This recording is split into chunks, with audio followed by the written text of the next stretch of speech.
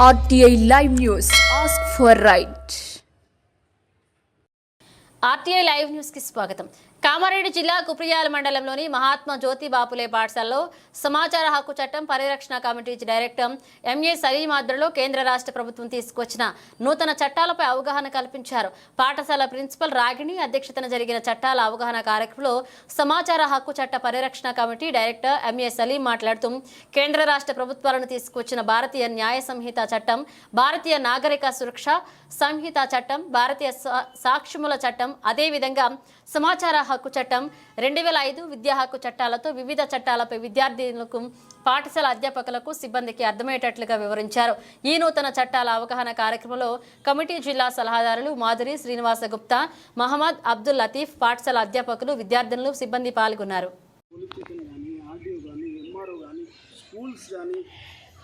ఏ government సంస్థ ఉన్నా against corruption చేయాలి.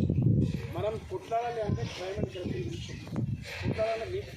ఫస్ట్ చట్టం గురించి, ఈ చట్టాల గురించి తెలుసుకోవాలి. దయచేసి మీరందరూ మంచిగా చదువుకొని ప్రతి చట్టం గురించి తెలుసుకుంటారని, ప్రతి ఒక్క అవగాహన ఉంచుకుంటారని, పోలీస్ స్టేషన్ కానీ, ఆర్డీఓ కానీ, ఎంఆర్ఓ కానీ, స్కూల్స్ కానీ, ఏ గవర్నమెంట్ సంస్థ ఉన్నా అగేన్స్ట్ కరప్షన్ చేయాలి. మనం కొట్లాడాలి అంటే క్రైమ్ అండ్ కరప్షన్ కొట్లాడాలి. ఫస్ట్ చట్టం గురించి, ఈ చట్టాల గురించి తెలుసుకోవాలి. దయచేసి మీరందరూ మంచిగా చదువుకొని ప్రతి చట్టం గురించి తెలుసుకుంటారని, ప్రతి ఒక్క అవగాహన ఉంచుకుంటారని. Visakhapatnam to protect the poor and innocent people from the hands of corruption and crime. In this regard, we are gathered here. Especially Right to Information Act, Right to Education Act, Additional Dowry Harassment, Domestic Violence Act, Child Labour Act, Child Marriage, ఇవన్నీ విన్నారు కదా. వీటి మీద చెప్పడానికి వచ్చినాము. నేటి రోజుల్లో పిల్లలకు చదువుతో పాటు వివిధ చట్టాల మీద అవగాహన అనేది చాలా ముఖ్యం. అంతేనే కదా, చట్టం గురించి మీకు తెలిస్తే మీరు అడగవచ్చు కదా, అంతేనే కదా. కాబట్టి చట్టాల గురించి చెప్పి తీసుకొచ్చినాము. ఇవాళ మీరంతా అమ్మాయిలు ఉన్నారు కాబట్టి మీరు గర్ల్స్ ఉన్నారు, ఉమెన్స్ పవర్ ఎక్కువ ఉంది. ఎక్కడ పోయినా కూడా మగవాళ్ళతో సమానంగా ఇవాళ మహిళలకు ఛాన్స్ ఉందా లేదా? ఉంది సార్. ప్రతి దాంట్లో ఉంది. సమాన ఆర్టికల్ 14 ప్రకారంగా సమాన వేతనానికి సమాన జీతం ఇవ్వాలి, మగ కానీ ఆడ కానీ కదా. ఇవాళ మనం చూసుకున్నాము, ఎస్ఐలు ఉన్నారు, లేడీ కానిస్టేబుల్స్ ఉన్నారు, లేడీ కలెక్టర్స్ ఉన్నారు. ఆ లేడీ కలెక్టర్కి ఎంత జీతం, జెంట్స్ కూడా అంతే ఉంటుంది కదా. లేడీ కానిస్టేబుల్ ఎంత శాలరీ వస్తుందో జెంట్స్కి వస్తుంది. పోలీస్ డిపార్ట్మెంట్లో ఎస్ఐలు ఉన్నారు, సిఐలు ఉన్నారు కదా, ఐపీఎస్, మన దగ్గర ఎస్పీ లేదే కదా. ఇంకా గతంలో పోయినా కూడా శ్వేతారెడ్డి ఆమె కూడా ఉమెనే. కాబట్టి హక్కులు మగవాళ్ళకి ఎన్ని హక్కులు ఉన్నాయో దానికంటే ఎక్కువ హక్కులు ఉన్నాయి మీకు ఇంకా కొన్ని కదా. కానీ దాని గురించి తెలుసుకోవాలి మీరు. ముఖ్యంగా ఇవాళ చట్టాల మీద అవగాహన అనే కార్యక్రమంతో మనం నిరూపిస్తున్నాము.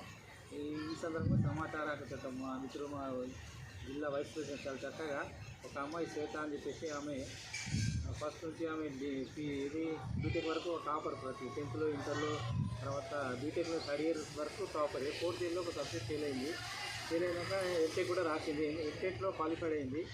కానీ ఇది క్లియర్ అయితే కానీ అక్కడ సీట్ దొరకదు కదా, అంతేనే కదా.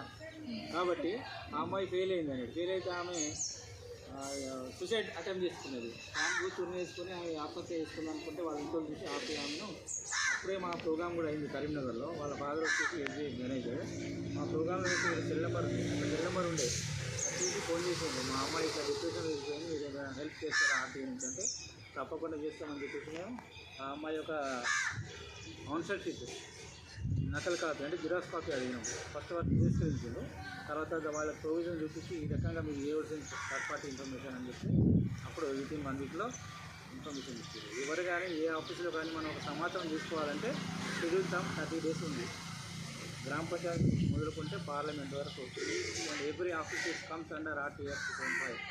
ప్రతి ప్రభుత్వ ఆఫీసులు అంటే గ్రామ పంచాయతీ విలేజ్ అయితే గ్రామ పంచాయతీ, మండలి అయితే ఎంఆర్ఓ ఉంటుంది, ఎంపీడీ గారు ఉంటారు, ఎంఈ గారు ఉంటారు కదా, వాళ్ళు పోలీస్ డిపార్ట్మెంట్ ఉంటుంది. వాళ్ళని కూడా మనం అడగచ్చు ఇన్ఫర్మేషన్. ఏమి ఇన్ఫర్మేషన్ అడుగుతాము? పబ్లిక్ డాక్యుమెంట్స్ అడగాలి. అంటే పోలీసు వాళ్ళు ఇస్తారా? ఈ చట్టం వచ్చింది ఇప్పుడు 12th October 2005లో వచ్చింది. ఈ చట్టం రాకముందు మన తల్లిదండ్రులు కానీ మన పేరెంట్స్ కానీ ఏదైనా పోలీస్ స్టేషన్ కానీ ఏదైనా మండల ఆఫీస్లో కానీ కలెక్టర్ ఆఫీస్లో కానీ ఏదైనా సమాచారం కావాలంటే అక్కడ ఉన్న అధికారులు ఇచ్చేది కాదు. వాళ్ళు ఎవరికి ఇచ్చేది?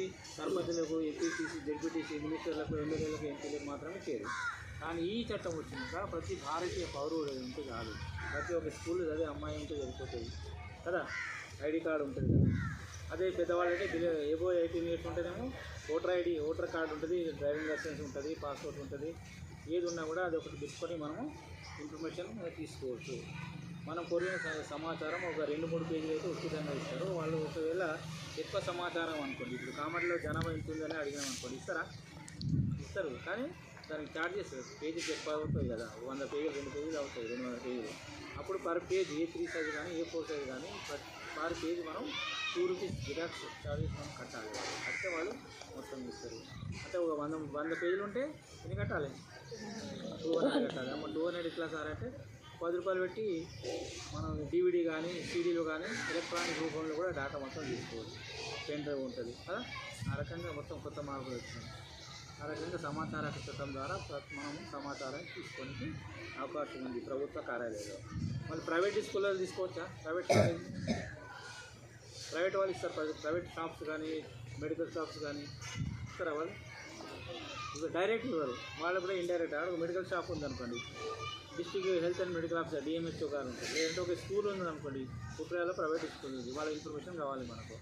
వాళ్ళ టీచర్లు ట్రైన్డా అన్ట్రైన్డా, వాళ్ళ క్వాలిఫికేషన్, శాలరీస్, తర్వాత ఫీజెస్ ఎంత తీసుకుంటున్నారు అనేది మనకు కావాలనుకోండి. మనం డైరెక్ట్గా స్కూల్ హెడ్ మాస్టర్కి అడిగితే ఇవ్వడు. కన్సల్ట్ MEO అండర్లో ఉంటారు కాబట్టి MEO గారు ఇద్దాము.